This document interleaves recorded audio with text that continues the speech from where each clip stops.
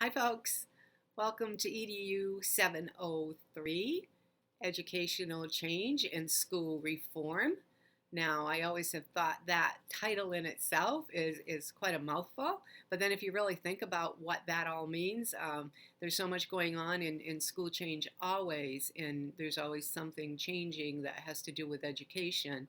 And I've heard that the pendulum goes back and forth sometimes, and indeed it does. But we're going to get ourselves involved in a project or multiple assignments that are going to give you a good view of what's going on in your school, and you're going to analyze some of the events or projects that are going on in your school. So, my name is Dr. Carol Marcotte. I'm full-time faculty at UNE and have been for quite a while. I've taught this course multiple times. I also teach EDU 791, which is an internship, and 703, and then I teach supervision evaluation. So I think there's a lot of you in this course that it's one of your first courses. Not quite sure, but as I look at the roster, I see a lot of names that I've had students in another class because students try to register and get in my classes if they wish, of course. So I see 3 students on the roster that I've had before, but everyone else, the name is new to me. So welcome to this class, and again, if you're pretty new to the program, welcome to the program. I think you'll find this course a great one, and I have to tell you right up front, please, that I'm here to support you. I'm here to guide you, and I want you to be successful.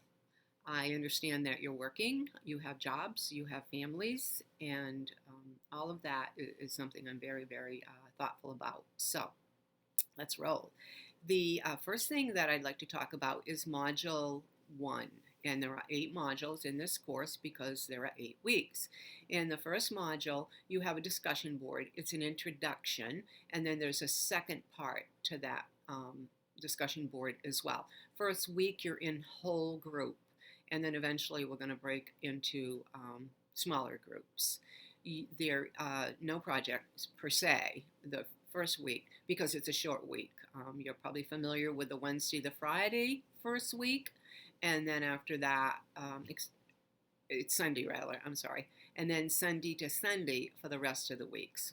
When I'm talking your discussion board this week, I'm hoping that you can get on, get your response up there, your initial response up there, and then you respond to 2 other people again, by Sunday.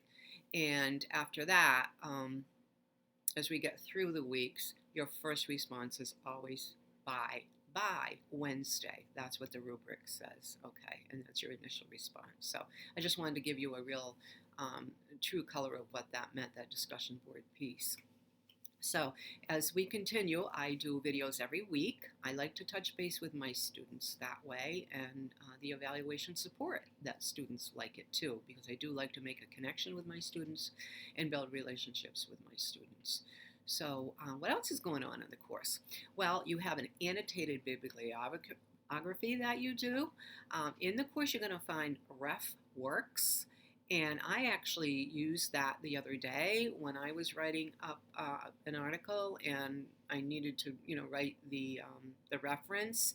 And I went into RefWorks and used it, and it's a really fine tool. So I think when you start working on your annotated bibliography, it'll come in handy. And the other thing it is, every discussion board, every initial response, you need to write it APA. So as you're writing a quote, let's say, Brown, 1996, you need to put that in the body of your initial response because that's part of the grading system as well.